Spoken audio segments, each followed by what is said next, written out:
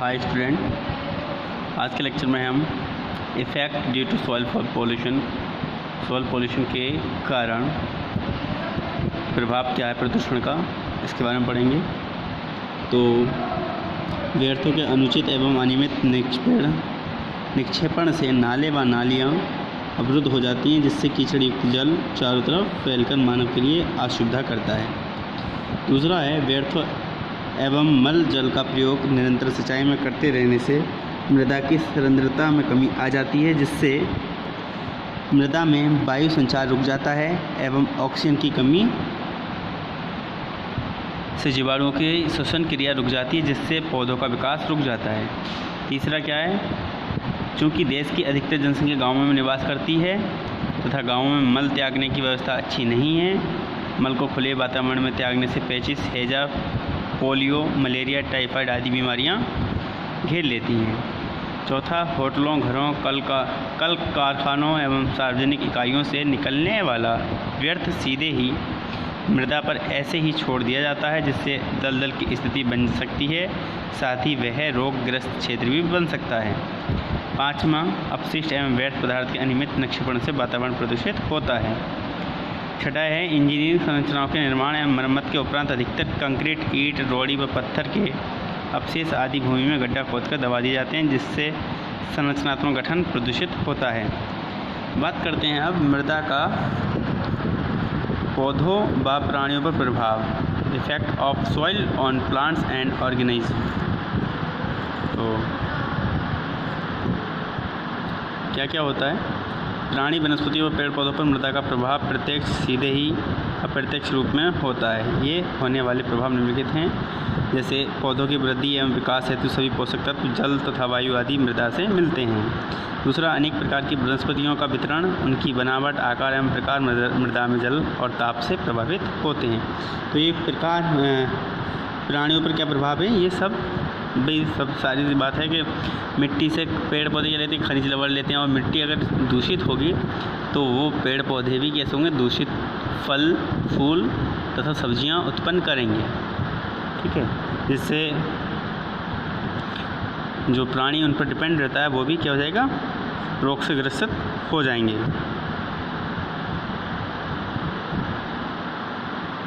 फिर बात करते हैं कृषि कार्य में रासायनिक उर्वरक। देखिए, कृषि कार्य में रासायनिक उर्वरक का अत्यधिक प्रयोग हो रहा है, जिसके कारण मृदा प्रदूषण अत्यधिक बढ़ गया है।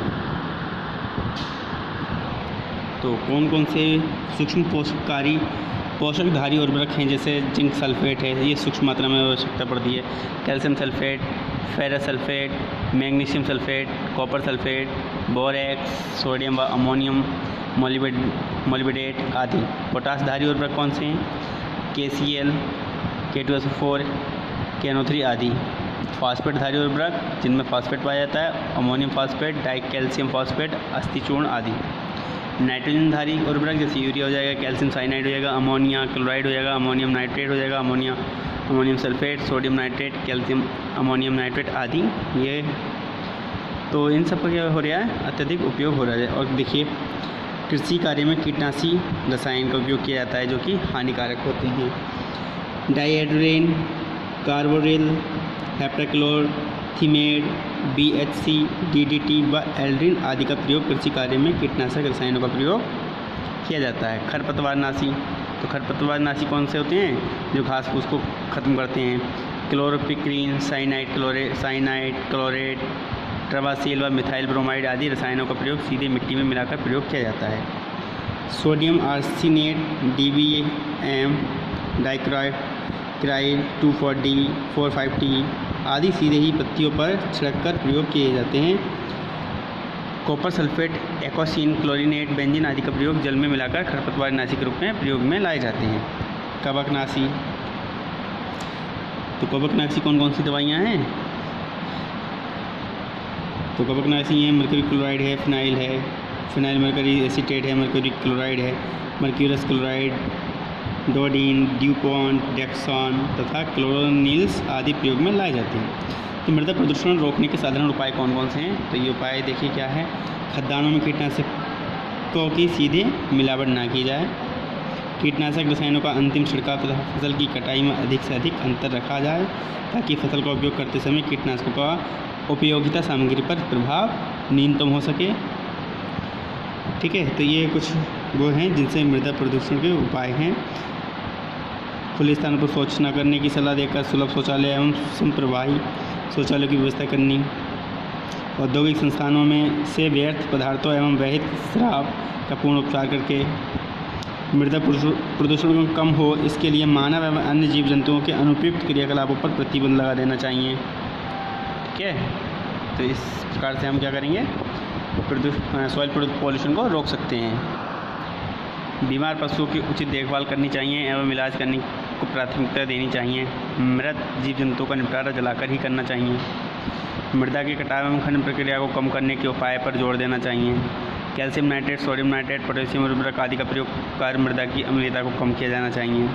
अम्लीय मृदा में आलू, धान, शकरकंद, जई, राई, जौ, शलजम व गेहूँ की फसल उगाई जानी चाहिए। मृदा में क्षारीयता का प्रभाव कम करने के लिए लवणों का निक्षालन, लवणों को खुरचकर रासायनिकों का प्रयोग कर अथवा जैविक सुधार किए जाने चाहिए तथा संबंधित फसलों के उगाने की प्रक्रिया उपयोग में लानी चाहिए। तो ये उपाय हैं जिनसे हम मृदा प्रदूषण को कम कर सकते हैं। घरेलू अपशिष्ट से देखिए क्या होता है, मृदा प्रदूषण होता है, यानी कि सॉइल पॉल्यूशन होता है, घर से निकलने वाला कचरा, ये सारी चीज़ें हैं जो कचरे की जब इनका यूज हो जाता है तो ये कचरे में फेंक दी जाती हैं और ये कचरा क्या करता है, सॉइल पॉल्यूशन करता है। अस्पताल से निकलने वाला अपशिष्ट जैसे सिरिंज हो गई, बोतलें हो गई खाली, दवाई के पैकेट हो गई, कृषि से निकलने वाला अपशिष्ट, देखो इसमें खेती, पोल्ट्री घरों और अन्य बूचड़खानों से खाद और अन्य अपशिष्ट शामिल हो जाते हैं जो क्या करते हैं, मृदा प्रदूषण करते हैं। तो एक ही क्वेश्चन आया है इसमें से, परिदृश्य प्रदूषण पर संक्षिप्त टिप्पणी लिखें। ठीक है, नेक्स्ट चैप्टर है आपका ठोस व्यर्थ प्रबंधन एंड सॉलिड वेस्ट मैनेजमेंट। किस प्रकार से हम जो हमारा ठोस व्यर्थ पदार्थ होते हैं उनको कैसे हम मैनेज करें। तो सबसे ज़्यादा हमारे यहाँ जो कचरा होता है वो ठोस पदार्थ का ही सबसे ज़्यादा होता है। ठीक है, तो इसका प्रबंध करना बहुत ज़रूरी है क्योंकि ये सबसे ज़्यादा प्रदूषण फैलाता है। ठोस में ही कार्बनिक पदार्थों के अणु आ जाते हैं, तो ये से आप पढ़ लें, रिपोर्ट है इसकी इंट्रोडक्शन। बात करते हैं ठोस व्यर्थ के प्रकार। तो कौन कौन से प्रकार हैं, म्युनिसिपल व्यर्थ है, ठीक है, औद्योगिक व्यर्थ है, खतरनाक व्यर्थ जैसे हजार्डियस वेस्ट क्या है, ये एक ऐसा विनाशकारी व्यर्थ है जिसमें जलाने की, संक्षरण क्रिया करने की तथा विषकारी विशेषताएं होती हैं। ये ठोस व्यर्थ प्रायः अस्पताल, बूचड़खाना, कसाई घर, जैविक अनुसंधान प्रयोगशालाओं आदि से प्राप्त होते हैं। ये ठोस व्यर्थ मानव एवं जानवरों के लिए घातक होते हैं, अतः इसमें पैदा हुआ प्रदूषण शीघ्र नियंत्रित किया जाना आवश्यक समझा गया है। उत्पादन दर तालिका देखिए कौन कौन से पदार्थ हैं, क्या क्या।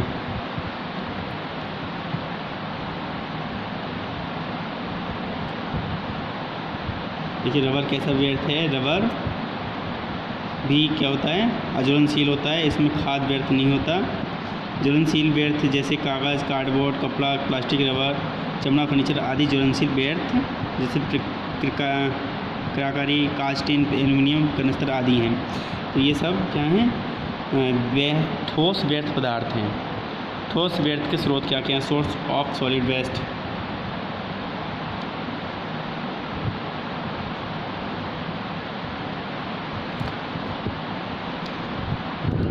ठोस व्यर्थ के स्रोत आप देख सकते हैं ये टेबल में, व्यापारिक stores, restaurants, markets, office buildings, hotel, printing shops, auto repair shops, medical institution.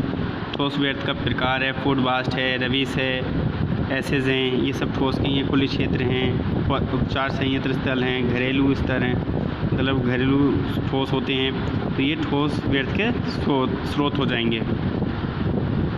बात करते हैं ठोस व्यर्थ के अवयव। तो ये अवयव कौन से होते हैं? भौतिक व रासायनिक अवयव होते हैं। तो ये व्यक्तिगत अवयव होता है और कैसे होता है? ये भौतिक रूप में जाना जाता है। जैसे ये जो पेन है, ये अब ये यूज़ हो गया, अब इसको हम क्या करेंगे? फेंक दें वातावरण में, तो ये ठोस भौतिक अवयव माना जाएगा। ठोस व्यर्थ पदार्थों का कौन सा अवयव माना जाएगा? भौतिक अवयव। इसमें भी पर्सन क्या कर दिया? व्यक्तिगत अवयव है, इंडिविजुअल कंपोनेंट्स हो जाएंगे।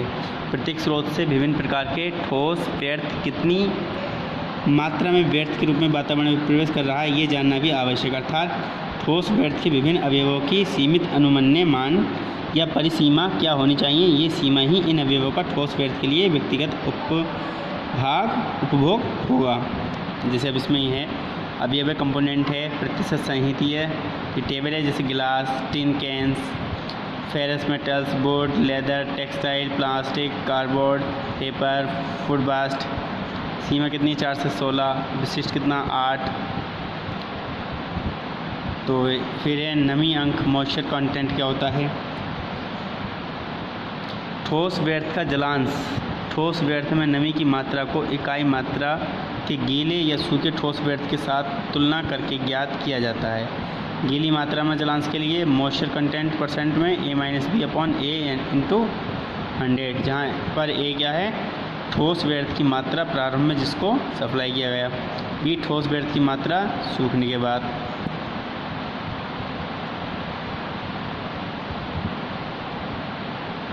ठोस पदार्थ को सुखाने के लिए तापमान 77 डिग्री सेल्सियस 24 घंटे तक के लिए रखा जाता है, ताकि ठोस व्यर्थ के वाष्पीकृत पदार्थ सीमित मात्रा में ही वाष्पीकृत हो सकें। विभिन्न अवयवों में नमी अंक की सीमा तालिकाबद्ध है। तो नमी अंक की देखिए, लकड़ी में कितनी नमी होती है, सीमा, और विशिष्ट कितनी है? लकड़ी में 15 से 40, ठीक है। कांच में 1 से 4, विशिष्ट टिपिकल कितना होगा? 2।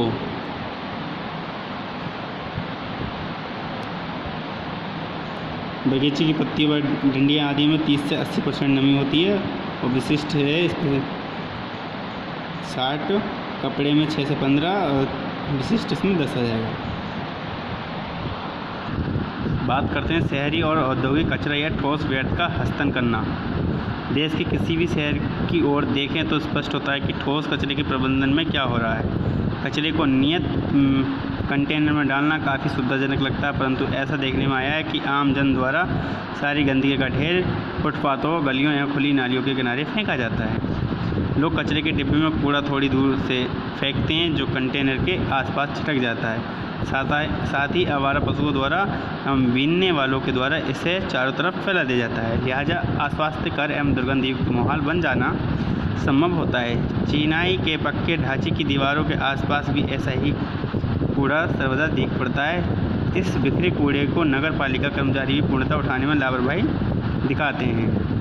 शहरी और औद्योगिक कचरा ये ठोस व्यर्थ का हस्तनन करना, यानी कि उसको हाथों से संभाल कर जहाँ डालने की जगह है वहीं पर डालना। तो क्या करते हैं इसके लिए? तो इसके अलावा ये कूड़ेदान उचित स्थानों पर स्थापित नहीं किए जाते, ताकि लोग या सफाई कर्मचारी मोहल्ले का कूड़ा इसमें डाल सकें। भारत जैसे देश में जैविक कचरा तथा जलवायु गर्म होने की वजह से इस कूड़े का सड़ना तेज़ी से होता है, लिहाजा इसका जल्दी निपटारा करना ज़रूरी होता है। कचरे का सामान्य निपटारा, जिससे हम सभी विज्ञ हैं के अंतर्गत अनियंत्रित ढंग से गड्ढों में भरना या कंपोस्ट बनाना, जलाना या निम्न क्षेत्रों में जल भराव को रोकने के लिए करना आदि। एक अनुमान के मुताबिक 93% कूड़ा कचरा लैंडफिल से ही निपटारा होता है। तो देखिए ये रिपोर्ट है, इसके अनुसार क्या है? कचरे को रिसाइकिल करना, फिर उसके बाद हम उसको कचरे में डालें, यानी कि जो चीज़ यूज़ करने लायक है उसको पहले यूज़ करें, उसके बाद ही कचरे में फेंकें। फेंकें नहीं मतलब डाल कर आना चाहिए कंटेनर में अच्छे से, ठीक है।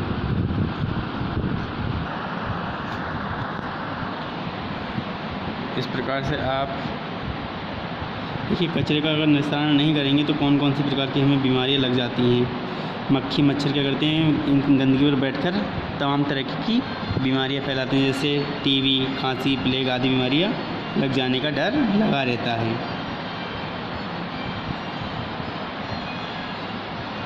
तो वो बड़े बड़े शहरों में कचरे का हस्तांतरण करने के लिए लगभग 340 लीटर के संग्राहकों का प्रयोग करते हैं, जिनको यांत्रिक विधि से उठाकर ले जाने वाले ट्रकों पर खाली किया जाता है। व्यापारिक एवं औद्योगिक ठोस व्यर्थ को ले जाने के लिए गतिशील संग्राहकों का प्रयोग किया जाता है। तो आज के लेक्चर में बस इतना ही। Thank you. जय हिंद।